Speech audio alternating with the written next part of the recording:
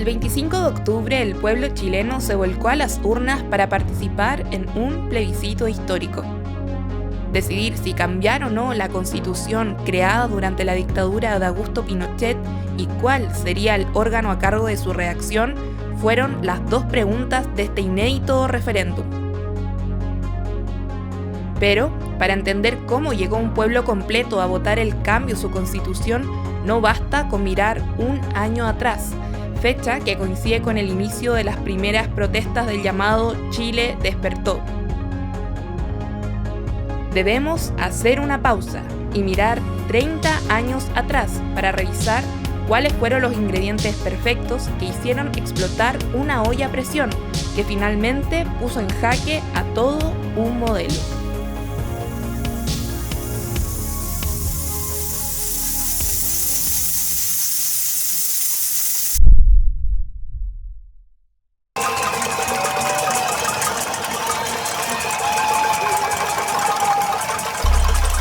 No son 30 pesos, son 30 años, se leía en los carteles de las protestas sociales iniciadas en octubre de 2019. Durante ese tiempo, el malestar se incubó y uno de los principales ingredientes que ayudó a ese descontento fue la desigualdad.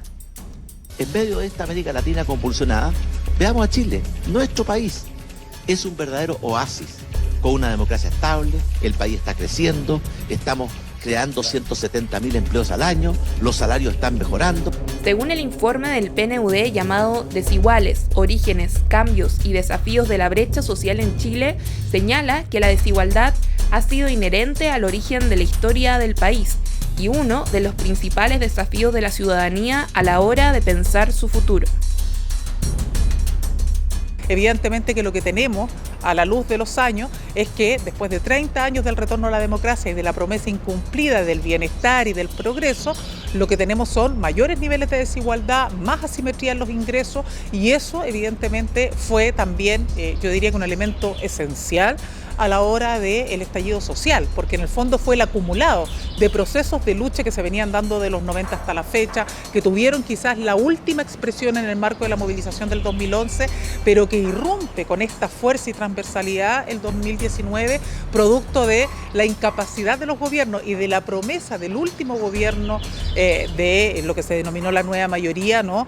De ver una esperanza de cambio. Al no lograr y concretarse aquello, el único camino que le quedaba a la población era decir, bueno, si acá no se puede por la fuerza del voto, entonces lo que necesitamos es salir a las calles y demandar que se puedan producir estos cambios y obligar a la institucionalidad política a ejercer una acción decidida y audaz de cambios y de transformaciones, que es lo que está permitiendo hoy día el debate del proceso constituyente. Uno de los ejemplos más gráficos de este panorama se muestra con la concentración de la riqueza en Chile. El 1% de la población acumula el 25% de la riqueza generada en el país. Nosotros como trabajadoras del sector de cuidado llevamos 73 años organizadas, sindicalizadas, pero aún no alcanzamos el piso mínimo que tienen todos los trabajadores en Chile. Nosotros, por ejemplo, no tenemos negociación colectiva, aun cuando el convenio 189 lo establece. Chile lleva 6 años de ratificado ese convenio y aún tiene muchos incumplimientos de lo que establecen los derechos laborales para las trabajadoras de casa particular. Si bien durante los últimos años la desigualdad económica ha comenzado a decrecer, la sociedad percibe la desigualdad de otras maneras, en el trato, en la justicia, en el abuso diario y en la existencia de privilegios. O la gota que rebalsó el vaso, que dio paso a este estallido social, fueron las pensiones de las personas, las pensiones de los viejos. Las pensiones de hambre que se estaban viviendo. Con esa pensión que tienen hasta el día de hoy, ni siquiera vives tú 15 días. Yo creo que esa fue la gota que rebasó el vaso. Y también los sueldos de los trabajadores son sueldos de hambre. Entonces yo creo que la gente se cansó. Porque muchas veces las trabajadoras de casa particular viven una dualidad en cuanto a su realidad. Trabajan en un mundo donde las necesidades no se ven, pero al terminar su jornada laboral bajan hacia los sectores populares, bajan hacia la realidad que ellos viven y al otro día no les alcanza para analizar ese tiempo, esa vivencia que han tenido y siguen nuevamente trabajando. Con otro tema porque hoy día, claro, se inauguró la semana con tal vez caras más largas. Cuando se fue a tomar la micro o el metro, subió la locomoción. De manera que alguien que sale más temprano y toma el metro a las 7 de la mañana tiene la posibilidad de una tarifa más baja que la de hoy. De manera que ahí se ha abierto un espacio para que quien madrugue puede ser ayudado a través de una tarifa más baja. Sin embargo, eso exige que la misma gente que recorre una gran cantidad de kilómetros y que se levanta temprano tenga que levantarse todavía más temprano. Es así. Desgraciadamente es necesario ese esfuerzo. Tenemos un Chile que vive en primera, en segunda o en tercera categoría. Esa es la calidad de ciudadano que tú puedes tener según la cantidad de recursos que tengas. Y eso en un momento cansó. En un momento los chilenos dijeron basta de eso. Eso fue lo que colmó la paciencia de los chilenos.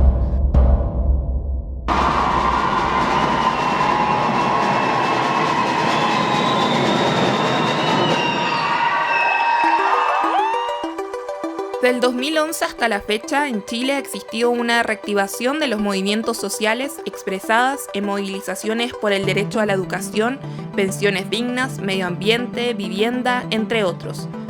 La ciudadanía dejó el miedo a un lado y se levantó poco a poco para decir no más abusos. En el cuestionamiento permanente a los modelos de transición democrática y en la exigencia por el fin a la mercantilización de las diferentes esferas de la vida, el feminismo, o mejor dicho, los feminismos, han jugado un rol protagónico en la rearticulación de un movimiento que tiene larga data en el país, con más de 200 años de historia.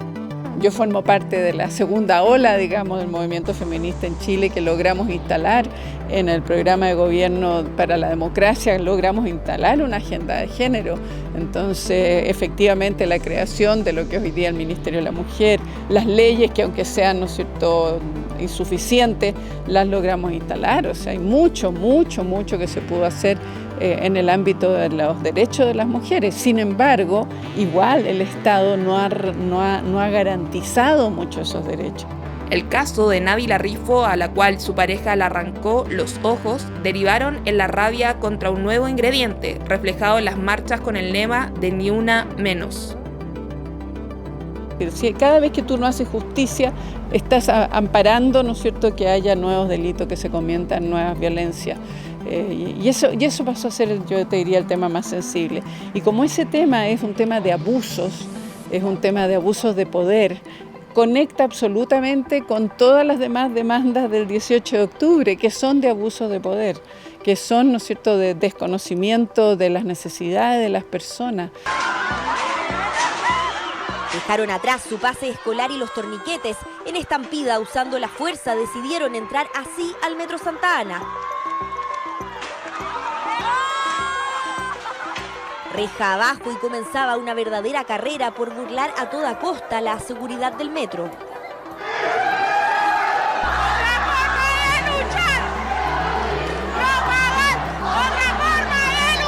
La consigna era clara, una evasión masiva. Dicen que es una respuesta al alza del boleto a 830 pesos en hora punta. Entonces, en ese contexto, digamos, el movimiento feminista es un ingrediente clave, además movilizado, activo, con cientos de miles de mujeres en las calles.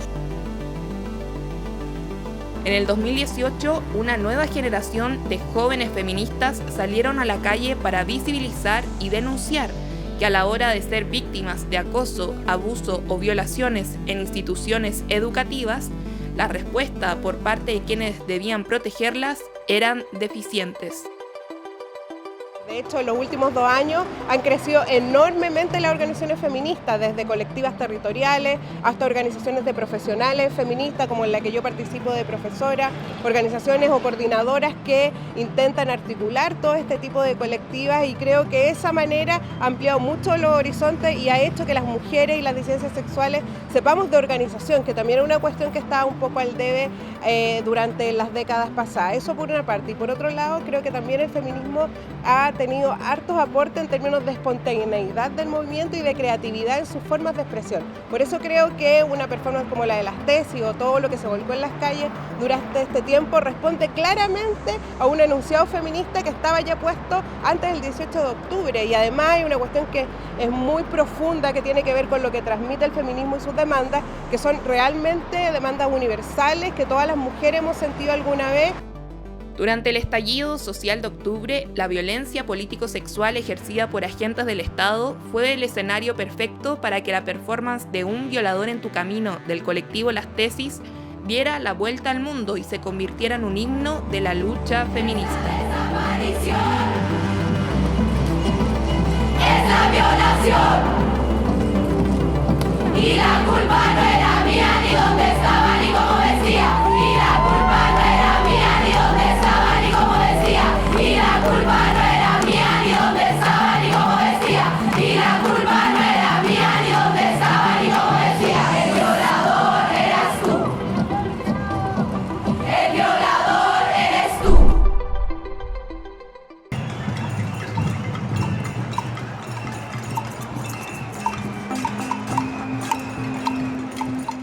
Otro de los ingredientes del Chile despertó fueron los conflictos socioambientales que se encuentran presentes a lo largo y ancho del territorio. Las zonas de sacrificio han sido un término acuñado para reflejar aquellos lugares que concentran una gran cantidad de industrias contaminantes y que afectan siempre a aquellas comunidades más pobres o vulnerables. Por tanto, el problema ya no se trata solo de una cuestión ambiental, sino de una abierta discriminación contra aquellas personas que soportan niveles de contaminación desproporcionados y mucho mayores que el resto del país, solo por el hecho de vivir en estos lugares, ser más pobres y tener menos redes de influencia política. Soy Cata Alonso, del Movimiento Mujeres de Zona de Sacrificio en Resistencia de Quintero y Puchuncaví. Ahora estamos en Ventanas. Tenemos contaminado el fondo marino, el agua de mar, nuestros suelos, nuestras aguas dulces y el aire. Se trata de una área de alta concentración industrial, ya que en 1993 fue declarada zona saturada de contaminación por anhídrido sulfuroso y material particulado respirable. Sin embargo, se han seguido instalando y aprobando nuevas industrias, entre ellas termoeléctricas a carbón. La mayoría de nuestra población se muere de cáncer. 1 de cada 4 niños en Puchuncaví nace ya contaminado desde nuestro útero, con diferentes tipos de problemas, desde neurológicos graves, malformaciones congénitas, Down, hay mucho autismo, hasta lo más suave que están en los colegios normales, que son el 6 bajo, y mucha dificultad de aprendizaje. Este último tiempo estamos muy preocupados porque el último estudio de unas universidades de Norteamérica, había norteamericana, había rusa y había 2 chilenas, salió que los niños menores de 5 años están propensos a contraer cáncer. Y también estamos preocupados porque las mujeres jóvenes están contrayendo, hay mucho cáncer de útero y de mamas y abortos espontáneos últimamente. El último episodio de contaminación masiva fue el 21 de agosto del 2018, donde la población fue afectada con irritaciones, náuseas, mareos, vómitos, adormecimientos de sus extremidades y dolores de cabeza. Tras ese evento, el hecho se repitió días posteriores y los vecinos y vecinas del sector se despertaron y salieron a las calles a marchar y manifestar su descontento por esta situación. Aquí hubo trabajo mientras se construían las empresas. Después, ahora, y esta es una cifra dada por el INDH, el Instituto de Derechos Humanos, solo el 6,6% de nuestra población de Quintero y Puchuncaví, que somos 50.000 personas, trabajan en las empresas. El resto se las tiene que arreglar de alguna forma. Por eso siempre decimos que lo único que ha hecho este parque industrial para nosotros es traer pobreza. El modelo político y jurídico de Chile ha sido un modelo que le da muchas mayores posibilidades de desarrollo a ciertas actividades, a ciertos proyectos que son extractivos, que son dañinos para el medio ambiente y para las comunidades, y que no ha sabido proteger efectivamente el derecho de las personas a vivir en un medio ambiente sano, en un medio ambiente que esté ecológicamente equilibrado. Y por eso nos encontramos en un estadio en el cual empresas e industrias que tienen niveles de daño ambiental, de daño comunitario muy alto, siguen teniendo reglas que juegan mucho más a su favor que a favor de los derechos de las personas. Mira, la verdad es que sí, he sido amenazada en la puerta de mi casa, con quemar mi casa y sacarme de acá si sigo trabajando y denunciando lo que hago. Y también bastante en las redes sociales bastante fuertes. Pero eso no nos amilana. Creemos que estamos en el sendero correcto y tenemos que seguir trabajando para poder recuperar nuestro territorio.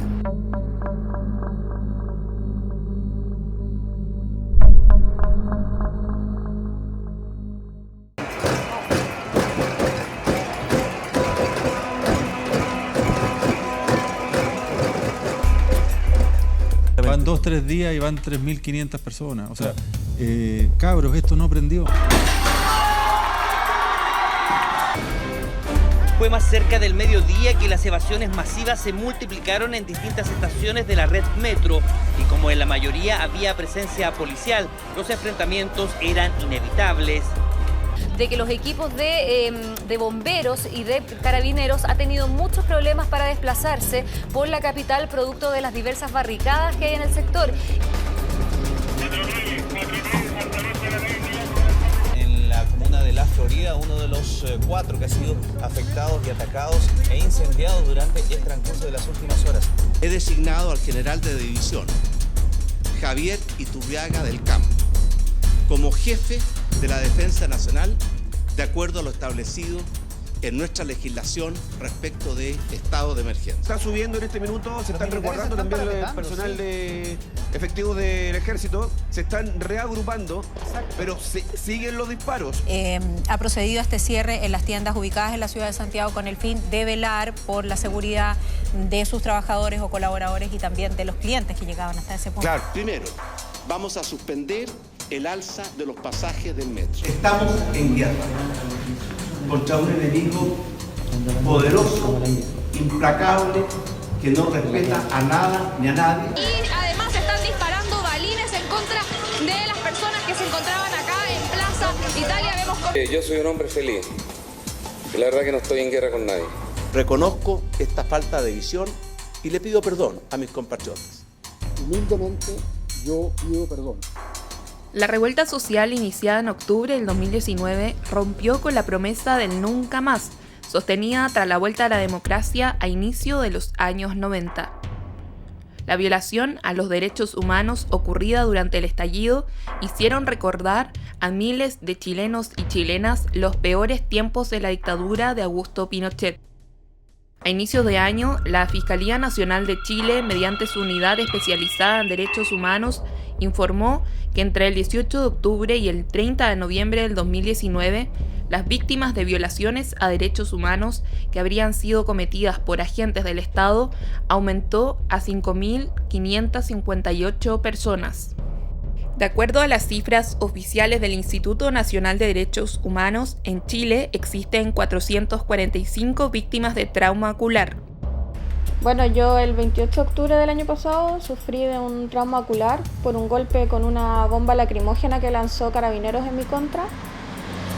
Y ya ha pasado más de un año de este evento, yo terminé perdiendo el ojo, en este momento estoy usando una prótesis y ha significado un proceso bien complejo, con mucha rehabilitación tanto física como emocional, y hasta el momento actual y probablemente toda la vida voy a tener que estar lidiando con las consecuencias de esto. El 28 de octubre yo iba a ir a manifestarme al frente del Palacio de la Moneda. Sin embargo, yo llegué allá a un punto donde me iba a encontrar con uno de mis amigos. La marcha era a las 5 y yo llegué allá como 10 para las 5 y empecé a escribirle por mensaje a mi compañero, o sea, a mi amigo, dónde nos íbamos a juntar. Y en eso apareció un carro lanzaagua de carabineros, empezaron a avanzar rápidamente y a tirar bombas lacrimógenas. Yo me desvié por una calle más chica tratando de escapar de ahí y alcancé a avanzar como una cuadra, cuando yo me doy vuelta a ver si es que vienen atrás mío y me impacta de inmediato la bomba lacrimógena en el ojo derecho. Según los datos, del total de víctimas, 4.525 son hombres y 1.031 mujeres, mientras que en términos etarios, 4.719 son adultos y 834 personas son niños, niñas o adolescentes. Entre el total de víctimas, 21 han acusado discriminación por pertenecer a diversidades sexuales, mientras que otras 19 se han identificado como mapuches. En lugar de recorrer el camino que han recorrido otros países, de ir paulatinamente reconociendo derechos, primero culturales, después territoriales y finalmente políticos a los pueblos indígenas, nuestro país ha reprimido con crueldad y con persistencia la protesta de los pueblos indígenas, y lo que ha hecho fundamentalmente es excluirlos del sistema político. Yo diría que uno de los ingredientes fundamentales que como disidencias sexuales vemos en este estallido social y en este estallido disidente dice relación con el abandono, la vulneración, el silencio y la complicidad del Estado en estos 30 años. Porque han sido 30 años en que no ha habido ningún tipo de pronunciamiento respecto a los crímenes hacia la población LGBT. Y aún estamos permitiendo la discriminación, estamos permitiendo los crímenes de odio. Hoy día interpelamos no solamente al gobierno de turno, interpelamos al poder político, a la estructura estatal a hacerse cargo. Una estructura que es omisiva y que trata solamente la tradicionalidad del poder y no los grupos que hemos sido históricamente vulnerados por estos poderes. Desde el inicio de las manifestaciones sociales, el pasado 18 de octubre se ha registrado además el fallecimiento de 31 personas en el contexto de estas protestas sociales. Todas actualmente se encuentran con una investigación abierta de la Fiscalía de Chile. En 4 de esos casos, la muerte es atribuible a agentes del Estado, mientras que otras 2 personas fallecieron mientras se encontraban en custodia bajo las comisarías.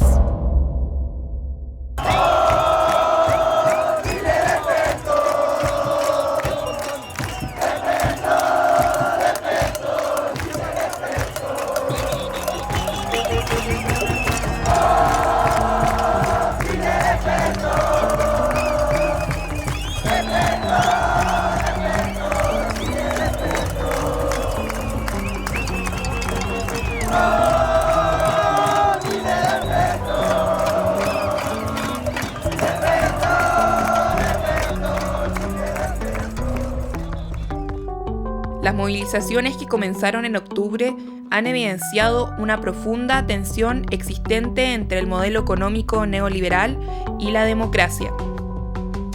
Las movilizaciones han cuestionado al neoliberalismo, no de un modo abstracto, sino en sus expresiones más concretas, más cotidianas y en sus consecuencias vividas por chilenos y chilenas diariamente.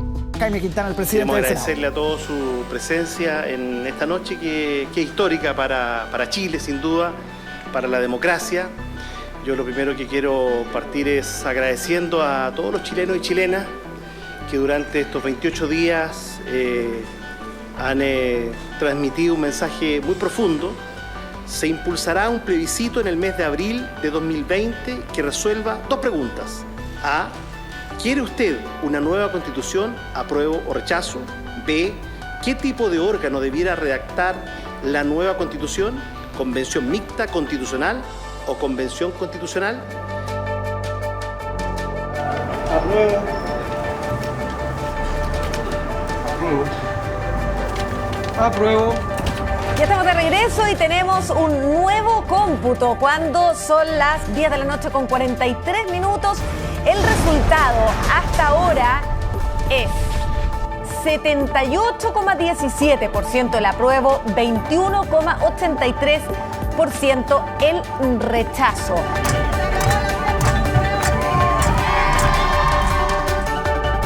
Hoy, cuando América Latina se debate entre restauraciones conservadoras o intentos de reimpulso progresista, el fin de lo que hemos llamado la vía chilena al neoliberalismo como un modelo de exportación de éxito y mérito parece ser una buena noticia, pero los ingredientes de la nueva receta aún no están definidos. ¿Qué comenzó el 18 de octubre del 2019? ¿Qué deparará el cambio de la nueva Constitución? Tal vez sea demasiado pronto para tener la respuesta definitiva a cada una de estas preguntas, pero si hay algo claro es que Chile no volverá a ser igual.